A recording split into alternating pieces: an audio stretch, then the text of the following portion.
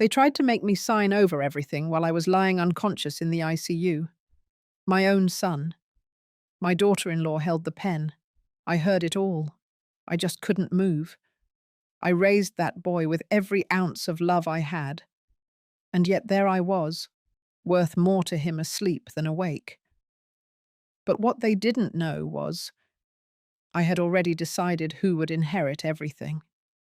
What happens when a mother stops protecting and starts remembering who she used to be? I woke up to the sharp scent of disinfectant and a blinding white light above me. My chest felt like someone had laid bricks on it. Tubes pressed against the corners of my mouth. My hands wouldn't move. I couldn't even lift a finger. Somewhere in the room, a voice whispered, careful and low. "She's still out," Patrick said. Then Sierra, calm and too sweet, added, "It's best if we don't wait. Her state might complicate the paperwork later." I wanted to scream. My eyes moved, just enough to catch the outline of two figures near my bed. Patrick's frame in that pressed blue shirt I gave him last Christmas. Sierra standing close, holding a clipboard. I could see the glint of her manicured nails against the page. "We have the form. The doctor said she was stable enough. Just a signature. It doesn't take long," she murmured. My heart thudded harder than the monitor showed. The form. I didn't need to see it. I already knew what they were trying to do. I wasn't dead. Not yet. But they were acting like I was already gone. My own son. I raised Patrick with my hands blistered from working double shifts. I made sure he never went without books, or breakfast, or someone to hold him when he failed. Now he stood 3 feet away from me, trying to take what I had built over a lifetime. They didn't see the tear sliding down the side of my face. "She's drooling again," Sierra said. "Poor thing." Then she reached down, lifted my hand, and tried to wrap my fingers around a pen. That was when something shifted in me. Not just fear, not even rage. Something colder. Something that sees clearly through love and says no more. I couldn't speak, but inside I promised myself, if I get through this, I will never again give my name to anyone who sees me only as a number in a will. Right then, the door opened. Soft creak, then steps, a pause, and another voice, low, steady, clinical. "What is going on here?" Even though I couldn't move, I knew it wasn't one of the nurses. The voice carried something sharper, something awake. Patrick stepped back. Sierra tried to laugh. "We were just checking in. She's our mother. We were told we could sit with her." But the voice didn't answer. There was silence, then paper rustled. Someone picked up the clipboard. And just like that, the room went still. I don't remember much after that, only that my hand was placed back gently on the bed, and the pen was gone. Some moments in life split everything into before and after. That was mine. And if you've ever been close to that line, between being loved and being used, you know how fast it can all turn. Let's just say, that was the moment I stopped being a mother first and started being a woman who remembers. Dr. Jane stood at the foot of my bed, holding the clipboard that had once been in Sierra's hands. He didn't say anything at first. He just stared at the paper, then at me, then at the pen that had been neatly set down on the tray. I could only watch him, but something about the way he furrowed his brow told me he wasn't fooled. He turned slowly to the nurse beside him. Her badge said Marla. She had kind eyes, and when she met his glance, something passed between them. He said one word I'll never forget. "Forgery." Marla blinked, startled. Then he showed her the page. I couldn't see it from where I lay, but I didn't need to. The damage was already done. My name, or something that looked like it, had been scribbled onto a line marked Authorization It wasn't my signature. Not really. Just enough of a copy to make it pass at a glance. But it wasn't mine. Dr. Jane looked at me again. I knew he remembered. We had met once, years earlier. I had been speaking at a financial literacy seminar for widowed women. His mother was in the crowd. I remember because she cried when I said no child, no matter how loved, should be handed the keys to a lifetime without being taught what it cost. That evening, he came up to me after the session, said thank you. That was the first and last time we spoke, until now. He gently took my hand and checked the IV. His voice dropped low. She's awake. Marla nodded, surprised. He kept going. Awake and aware. No consent has been given. We're locking this file and reporting any future requests for legal signatures, effective immediately.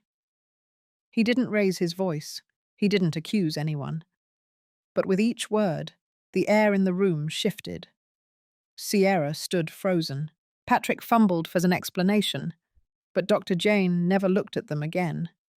He left the room quietly. A few minutes later, another nurse came in and wheeled me out for tests. I didn't say a word. I didn't have to. Later that night, I was back in my room. The clipboard was gone. My hand was bandaged from the earlier attempt. But my mind was sharper than ever. They had tried to bury me under a signature, but the paper didn't stick, and I wasn't going to forget it. The next morning, Dr. Jane came in early. He checked my vitals. But then, he did something else. He pulled up a chair and sat beside me for a long minute. Then he said, softly but clearly, "They almost got away with it." I blinked, the only thing I could control.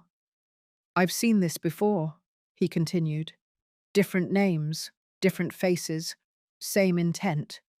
He paused. "But not this time." And then, without another word, he stood up, placed my chart in a locked bin, and walked out. I lay there, heart steady now. No tears. No panic. Just a slow, burning clarity. They almost got away with it. But almost is not the same as forever. 3 days passed before I could sit up on my own. My body was slow to catch up, but my mind had already crossed a line it couldn't return from. Something about knowing the truth and surviving it changes the shape of everything around you. Patrick came in that morning holding a paper cup of coffee and a grocery store bouquet. He smiled like nothing had happened. He leaned over and kissed my forehead. "Look at you. Strong as ever," he said. I didn't respond. I watched him carefully, the same way I once watched strangers at the airport when I traveled alone after Gordon died. You learn to sense motives when words become too polished. Sierra followed behind, carrying a bowl of homemade chicken soup. Her voice was bright, and she pulled the chair closer to my bed. "We thought you could use something warm." I took a breath, let it sit in my chest for a while. Then I spoke, quietly. "I'm eating only what's cleared by the nurses." Sierra paused. Then she smiled again, but this time it didn't quite reach her eyes. Patrick picked up the remote and flipped on the news. His casualness felt too rehearsed. I looked at his hands. He tapped his fingers, a small habit he developed when lying as a child. I used to call it his tell. He hadn't grown out of it. He reached into his coat pocket and pulled out his tablet. It was already on, the screen glowing softly. "Mum, we've been working on organizing a few things while you were resting," he said. "Banking, medical records, just little stuff. Wanted to get your input." I didn't say a word. He opened a folder and showed me a document titled Transitional Asset Plan. Sierra smiled again. "It's all very standard, just streamlining things in case we ever need to make quick decisions." I turned away from the screen, looked directly at Patrick. I'm not dying. Patrick's smile didn't move. He kept the screen open. I didn't say you were. But I saw it again. The hesitation, the slight tension in his jaw.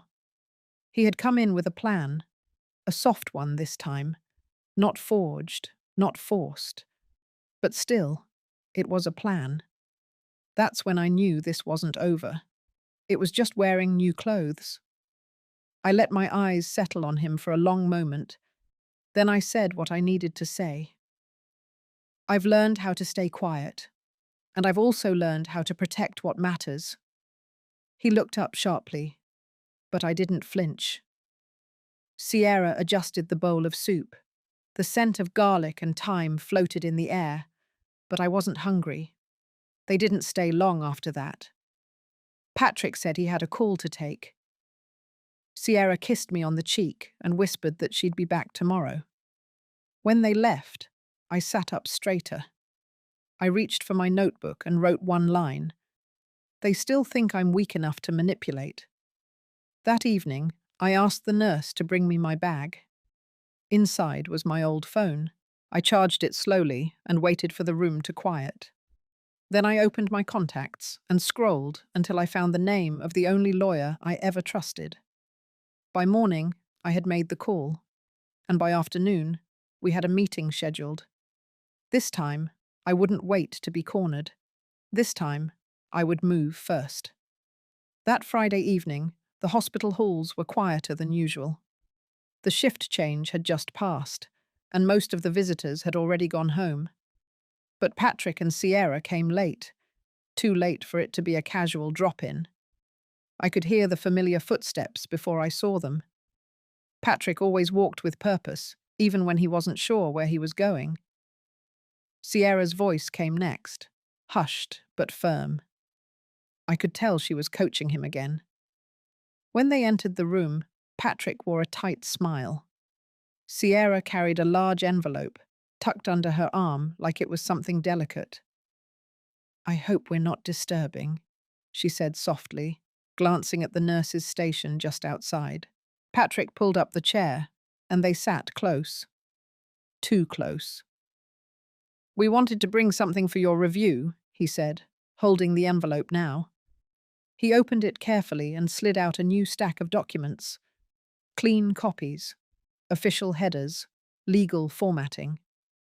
"We've spoken to our attorney," he continued, placing the papers neatly on the side table. "These are just updates. We thought it might be time to revisit the estate planning, considering everything." I stayed silent. My breath was steady. I had rehearsed this moment in my mind all day.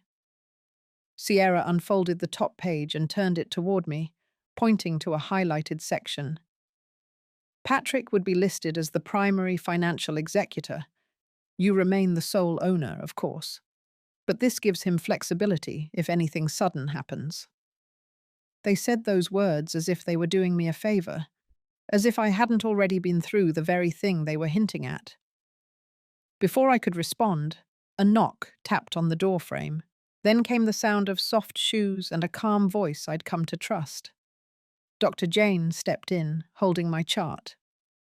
"Evening," he said, nodding at them both, then turning his attention to me. He didn't smile. He didn't sit down. He simply walked to the foot of the bed, reviewed a few notes, and then closed the file. "I just wanted to check in on Ms. Stenwick before I leave for the night."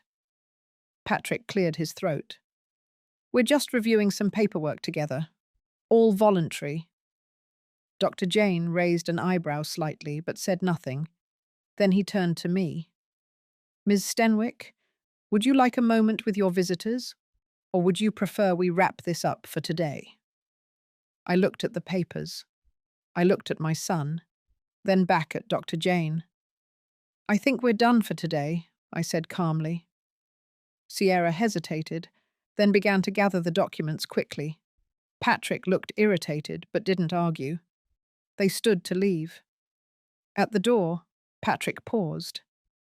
"You know we're only trying to help." I nodded once. "That's clear." When they left, Dr. Jane stayed behind for a moment. He opened the chart again and clipped a folded page inside. Then he looked at me, just long enough for me to understand. "I've made a note on your file. Any legal inquiries or documents now require your verbal consent and presence of a hospital representative." He didn't wait for me to thank him. He simply nodded once and walked out. I stared at the ceiling, my body still weak, but my mind razor sharp. They had returned with new tricks, but I was no longer playing their game. Later that night, I called my lawyer again. We scheduled the next steps, quiet ones, strong ones, not about revenge, just clarity. They had come with polished papers and polite voices, but now I was holding the pen, and I had no intention of signing away a single page. The following morning brought a heavy fog outside my window. From the fourth floor, the trees looked like silhouettes, familiar, but far away. I sat upright, slowly spooning oatmeal while the beeping machines carried on with their rhythms. My body was healing, but my memory had become sharper than ever. Patrick hadn't always been this way.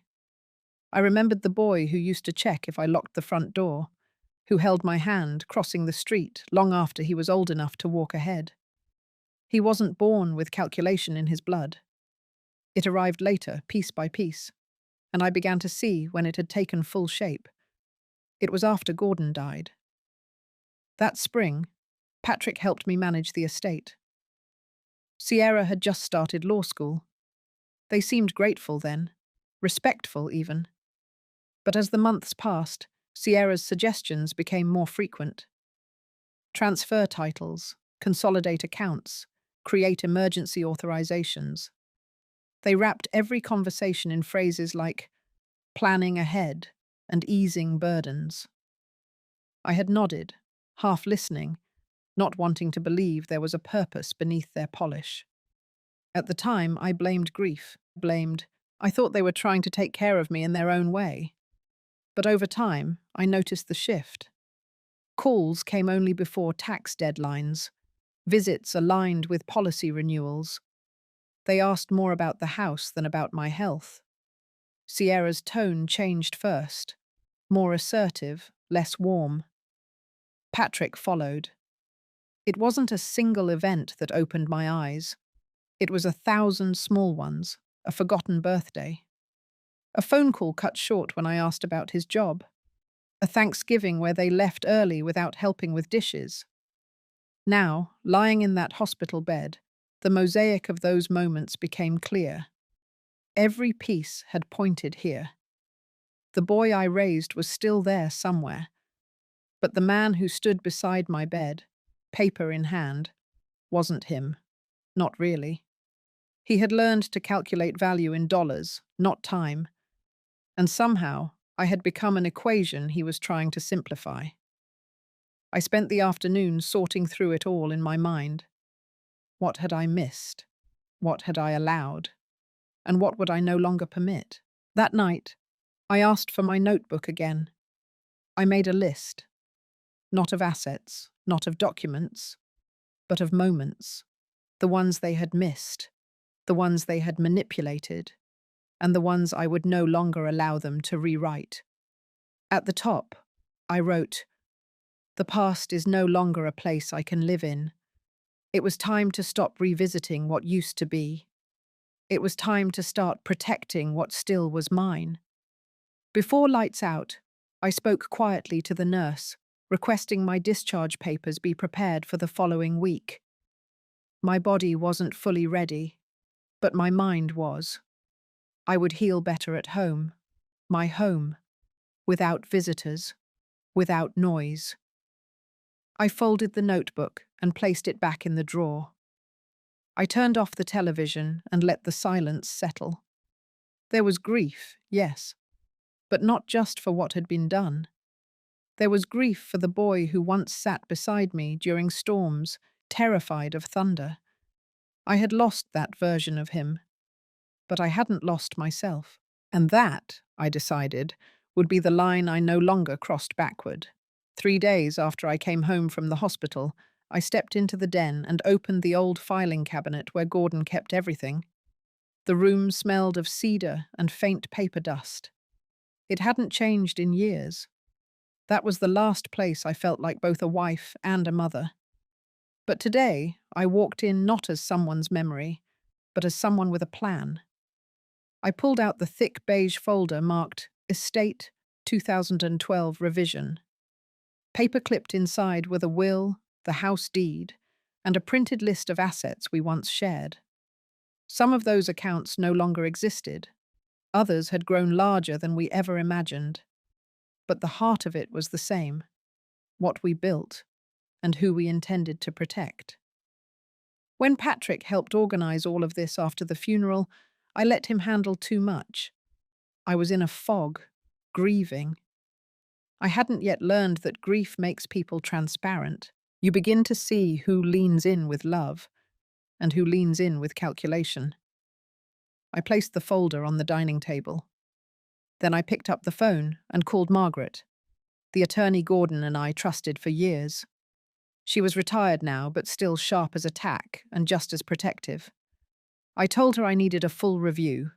No explanations, just a clean slate. We met 2 days later in her quiet office across from the lake. I brought every document I had, even ones Patrick had emailed years ago. Margaret read without speaking, her red glasses perched halfway down her nose. When she looked up, her voice was low and measured. "You want to remove both of them entirely?" I nodded. There was no ceremony in the decision, no second guessing. "I want it in writing," I said, "and I want it airtight." She gave a small nod, then began typing. No questions, no warnings, just respect. By the end of the meeting, we had restructured everything. My house would pass into a trust under my name, and all my financial accounts would be secured with dual verification from the firm. Most importantly, Patrick and Sierra were no longer listed on any legal documents, not as heirs, not as trustees, not as backups. I wasn't angry. I wasn't acting from revenge. I was simply finished handing over keys to people who had already tried to change the locks behind my back. When I left Margaret's office, I walked slower than I used to. My steps were careful, but my chest felt light. That evening, I sat on the back porch with a cup of mint tea. The sun dipped behind the trees, casting long streaks across the lawn Gordon once mowed every Saturday. I looked down at the fresh folder in my lap. This time, the title read, Revised, Beverly Stenwick Only. There was no sadness in that name, no loneliness, just truth. I whispered once, quietly to no one. Let them build their own foundation. This one is mine. And with that, I folded the papers, sealed them in a fireproof case, and placed it behind the old photograph of our wedding day. I stood for a moment, just looking at that picture. Then I turned off the light and let the quiet fill the house again. From now on, everything I owned had a new kind of value, one they could no longer touch. The idea came one morning while I was folding laundry, staring out at the quiet street from my kitchen window. It wasn't anger that moved me. It wasn't fear either. It was the sense that something needed to outlive the noise, something that carried meaning, not just memory. That same afternoon, I met with Ms. Teller from the local credit union. I'd worked with her once years ago during a charity drive Gordon and I helped sponsor. She remembered me right away and offered me the small private conference room near the back. I slid the folder across the table, the one marked with our family crest and the initials GS for Gordon Stenwick. "This isn't for me anymore," I told her. "It's for women who've been made to feel like they don't count unless their name's on a check." She listened, not politely but fully, like she understood what I meant without needing all the details. I walked her through the new structure of the trust I'd finalized with Margaret. Then I laid out my idea. The Gordon Legacy Fund would provide grants to women over 60 who were financially manipulated by their own families, women who gave everything to everyone and were left with nothing when they finally needed help. They wouldn't need to tell their whole story. They just needed to show they were ready to take their life back. By the end of the week, I had a list of 3 financial advisors willing to help structure the fund pro bono. One of them had a mother who lost her house after signing documents she didn't understand. Another had been raised by a single grandmother who took 2 jobs after being cut off by her children. Word spread slowly, which was how I wanted it. This wasn't a press release. It was a quiet door opening for women like me, and like the ones I had met in waiting rooms, grocery aisles, and church parking lots. I named the fund after Gordon, not because he was perfect, but because he always believed in second chapters. He used to say, people deserve a place to land when everything else falls away. That stuck with me. On the day we signed the foundation papers, I wore Gordon's old flannel shirt under my cardigan. It was frayed at the sleeves, but still warm. I carried no purse, no fanfare, just the papers and a quiet resolve. After the meeting, I walked 2 blocks to the diner near the train station. I sat by the window, sipping lukewarm coffee, and watching people move through their lives, unaware of what had just shifted in mine. No one knew that a woman who had once been written off had just written a new rule book. It didn't matter whether Patrick and Sierra ever found out. This wasn't a punishment. It was protection. It was a way of planting something that would grow long after I was gone. That night I placed a letter inside the foundation folder. It read, "To the women who were told their worth ended when their usefulness ran out, this is yours. Not because you owe anyone, but because you've already given enough." I signed it with my name, not Beverly Stenwick, mother of, not Mrs. Gordon Stenwick, just Beverly, whole, clear, undiminished. And in that moment, I felt something shift, not just in the paperwork, but in me. I hadn't just protected what was mine, I had expanded it, quietly, without applause, and no one could take that away. The invitation came on a Thursday afternoon, slipped inside a pale gold envelope with cursive lettering that smelled faintly of perfume. I opened it slowly, knowing before I read the words that Patrick had written them, or at least signed off on them. Sierra's style was unmistakable. "You are cordially invited to an intimate dinner in celebration of our beloved mother, Beverly Stenwick." I read the line twice. Beloved mother. My fingers lingered on the paper.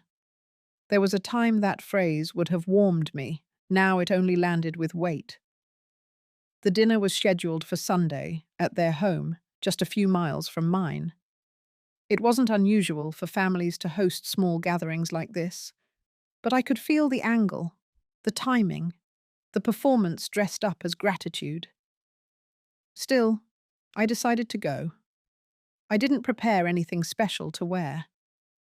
I chose a simple navy dress, soft pearl earrings, and Gordon's old watch, slightly loose around my wrist. Before leaving, I looked at myself in the mirror and said aloud, "Just show up. That's all you need to do." Their house was tidy, almost too polished, as if it were meant for photographs more than people. Sierra greeted me at the door with a smile wide enough to stretch across a courtroom. "We're so happy you could come," she said. I nodded, not warmly, not coldly, just present. Patrick stood at the far end of the room, speaking to a man in a dark suit, likely someone from their church. He turned, smiled, and came toward me with arms open. "Mom," he said, voice loud enough for the room to hear. "You look wonderful." The compliment rolled past me like fog. I didn't need it. I hadn't come for praise. The dinner table was set for 12, with candles lit and napkins folded like origami. They'd gone all out. I took the seat they offered, third from the head. Not beside Patrick, not beside Sierra. near enough to be seen, far enough not to speak too much. Toasts were made, a family friend read a poem. Sierra's sister handed me a bouquet as a pianist played softly in the background. It was all perfectly designed. Halfway through the meal, Patrick stood and tapped his glass with the back of his fork. "We wanted to honor the strength and grace of my mother," he began, voice firm and rehearsed. "Her recovery, her legacy, and her ongoing contributions to our family." There was applause. A few heads turned toward me. When he asked if I wanted to say a few words, I stood. Not because I felt moved to, but because silence would have drawn more attention than words. I let my hands rest lightly on the back of the chair. "I'm grateful to be here," I said. "And I'm grateful to still be standing." I paused, let the words settle. I've learned that some things break quietly.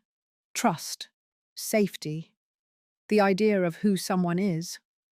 But if you're lucky, healing can happen quietly too, in private, on your own terms. I saw Sierra's smile falter, just slightly. Patrick's jaw tensed, but he clapped first when I finished. I sat down again, calm and unshaken.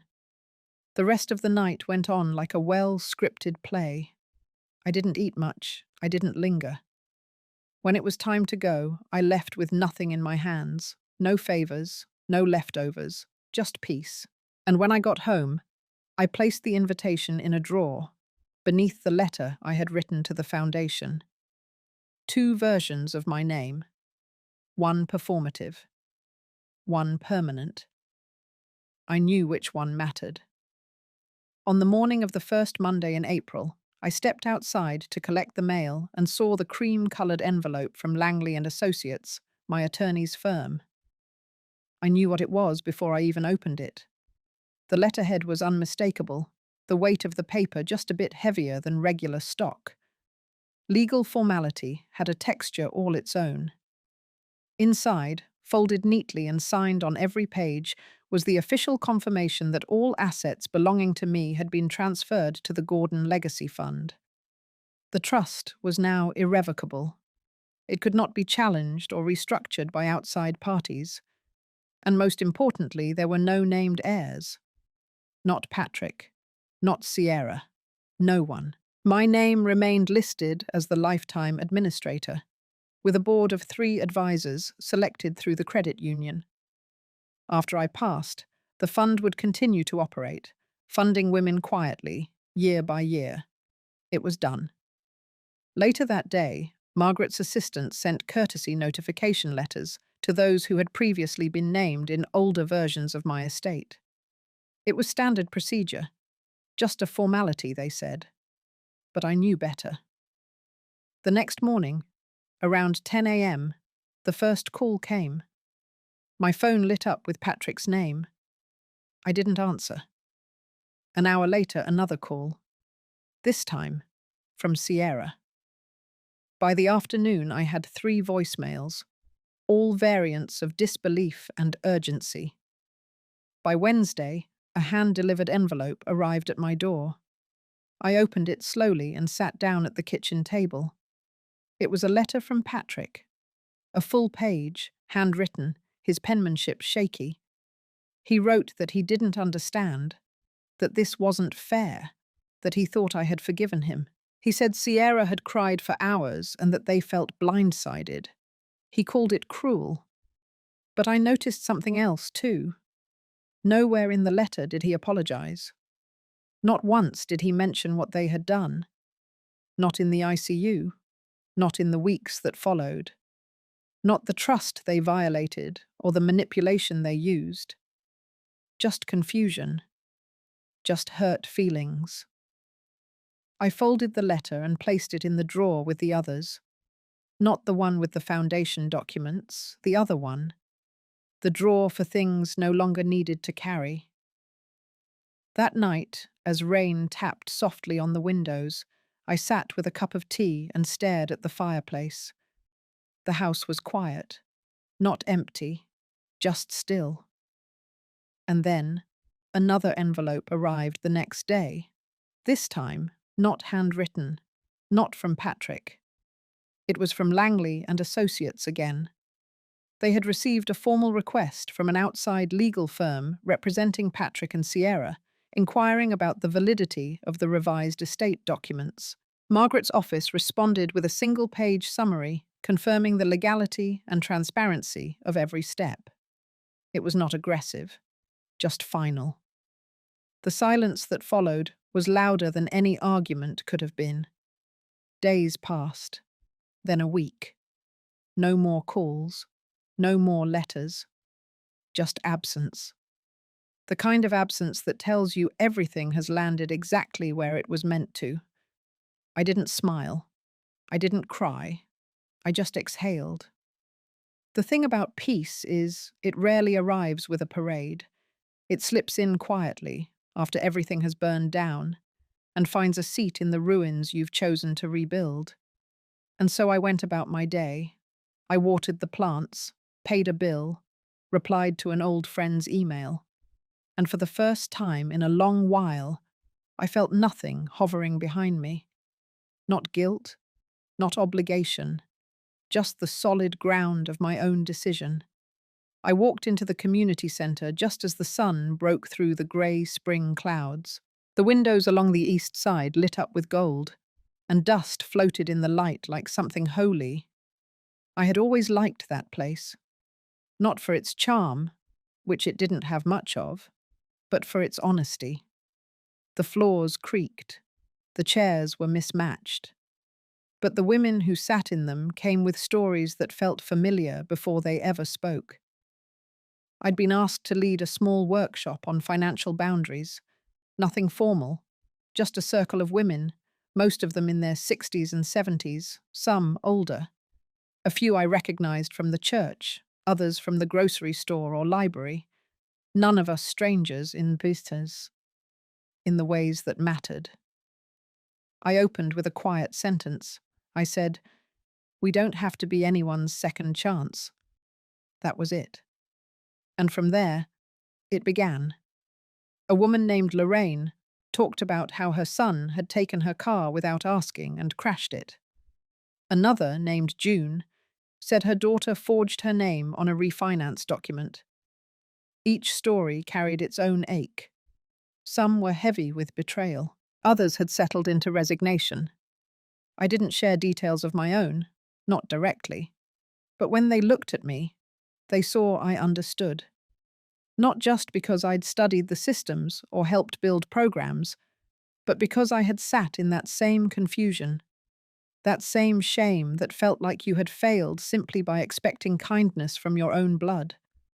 We talked for 2 hours, not about stocks or estate plans, but about the right to say no, the courage to say enough, the freedom to be the narrator of your own last chapter. One woman, soft-spoken with silver braids, asked what to do when your kids guilt you into giving. She didn't say it like a question, more like a wound that never closed. I nodded, and I told her this. You do not owe anyone access to your future just because they came from your past. The room went still after that. That's when I saw her. A woman near the back, tall, proud posture, probably mid-70s. She hadn't spoken the entire session, but now her hand moved slowly to her lap, gripping a folder. She held it like it was made of glass. After we wrapped, she waited until everyone had gone before she came to me. She didn't introduce herself, just said, "I didn't think I'd hear something that made me feel less alone." Then she left the folder on the table and walked out. Inside were documents, letters, bank statements, a photograph of her holding a baby beside a man with cold eyes. I didn't read everything. I didn't need to. I took the folder home and placed it beside the others. Not to keep, but to witness. That evening, as I prepared dinner for one, I thought about what it meant to be believed. Not pitied, not advised. Just believed. There was a time when I would have considered silence a virtue, when I thought that love meant enduring, not questioning. Now I understood that love without truth is just performance, and truth without love is just noise. What we needed was something else, something like what we had found that morning, a space where no one had to apologize for surviving. And for the first time in years, I felt like I was no longer standing alone in the ruins. I was building something, not a foundation of trust in others, but a foundation of trust in myself. It was just past noon when the front desk called to say someone had arrived for me. I had no appointments scheduled that day.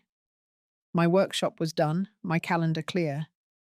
I walked down the hallway of the centre slowly, unsure if it was a solicitor or someone from the board. But the moment I turned the corner and saw the way his shoulders were set, I knew. Patrick. He stood in the lobby with both hands clenched into fists, his jaw tight, eyes flickering between defiance and something more volatile. He didn't smile. He didn't speak. I led him to the side conference room without saying a word. I wasn't going to give him an audience, just a space to speak, if that's what he came for. The door closed. He didn't sit. He paced. Finally, he said it. How could you? Not a question, more like a verdict. I stayed quiet. He kept going. Accusations, wounded pride, that I embarrassed him, that Sierra hadn't slept in days, that this wasn't the way family should work, that I had punished him without warning. I listened. Because I could, not because I needed to. He reached into his coat and pulled out a copy of the letter from the attorneys, the one that made everything official. He slammed it onto the table. You erased me. That was what he said. And I did respond then. I said, I didn't erase you. You walked away from who you used to be. I just stopped pretending I hadn't noticed. He froze, like I had reached into some memory he wasn't ready to confront. I stood up, not to push him out, but because I needed to reclaim the air in the room. I told him, I never wanted this. No mother does. But if the choice is between being used or being alone, I will choose peace every time. He said nothing, just stared at the floor. When he finally spoke, his voice was quieter. We're your family. And I answered, family shows up before the will is read. That was the last thing I said before I opened the door and waited for him to walk out. And he did. No shouting, no final plea, just silence. The heavy kind, the kind that says something has ended. When I returned to the main hall, a few of the women were still gathered. They looked at me, unsure. I didn't explain. I didn't need to. That evening, I wrote a short entry in my journal. Just one line. Closure doesn't always come wrapped in forgiveness. Sometimes it arrives dressed in clarity, and I meant every word. That moment with Patrick didn't make me feel victorious. It didn't even make me feel vindicated. It made me feel clean, like a wound that had finally stopped weeping, like I could breathe fully again. I made myself a cup of tea, turned on the porch light, and watched the last of the daylight disappear behind the hills. Nothing dramatic, no grand emotional ending, just the quiet return of self-respect. And I held on to that, because it was mine, because I had chosen it, and because, after all these years, I had finally stopped apologizing for needing it. I sat at the kitchen table as morning light filtered through the lace curtains. The house was quiet, the kind of quiet that settles not from emptiness, but from release. For once, I didn't need to rehearse anything in my head. I didn't need to plan for defense or wonder if the phone ringing would carry another demand masked as concern. I reached for a plain notepad, no stamps, no envelopes, just paper. And I began to write. Patrick, There was a time I would have given everything to protect your future. And maybe, for too long, I did. I excused the small lies, the silence at holidays, the way Sierra always seemed to speak for you. I told myself it was the strain of work, of adulthood, of having too much on your shoulders. But now, I see it for what it was. Convenience, not love. You thought you could take everything I had built and reduce it to a signature, but I did not spend a lifetime creating a foundation for it to be passed over without dignity. You forgot something. I was still breathing. I never needed loyalty, only respect. I never asked you to worship me, just to see me. Now I see myself. You are still my son. But the woman I am today does not allow herself to be erased. I release you from expectation. I release myself from guilt. I folded the paper once, then again, and I placed it inside a small wooden box on my shelf. It wouldn't be mailed. It didn't need to be. That day, I went to the garden behind the center and sat among the azaleas. One of the women brought me a thermos of coffee. Another left a small handwritten quote on the bench beside me. It said, "We begin again, even when we never planned to." I smiled, because that was true. I didn't win. I didn't lose. I remembered who I was, and that at my age is more than enough. If this story reminded you of a moment where you chose yourself after being taken for granted, I want you to hold on to that choice. Let me know in the comments what part of Beverly's journey stayed with you. Your voice matters here.